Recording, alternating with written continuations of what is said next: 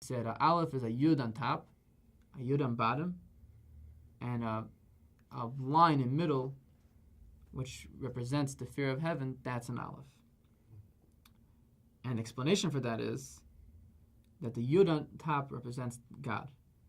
Which, first of all, yud is the first name, the first letter of God's name, like you said, yud ke vav ke. But also, yud is the smallest letter of the Hebrew alphabet, which represents the smallest and little.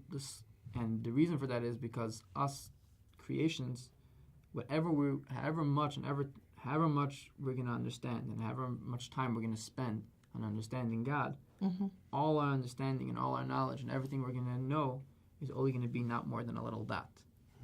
Also, just like we said, God, whatever we're going to understand is only going to be a dot. So too, for us, the only way we could understand God and we could appreciate God and connect ourselves to God is if we make ourselves small like a dot.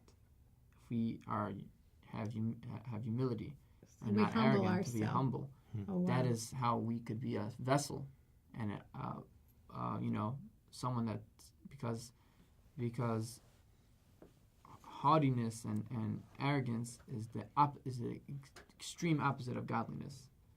Because when someone feels on themselves that they are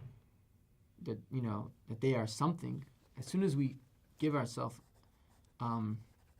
too much space, we are basically saying that we are God in some sort of a way. In other words, when someone can, like for instance, the idea of always blaming somebody else. Why do we blame? Because we are perfect. We can't do any wrong.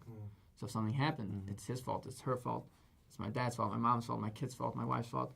It's everyone else's fault besides mine. Where does that come from? That means that you can't come to terms with the fact, we can't come to the terms with the fact that we are human, we could all make mistakes. So that shows that we have we're missing a little bit of belief in God. Right. That we are not the ultimate. God is the ultimate. He's the almighty being and not us. So the way to be a vessel for godliness and holiness is by being humble.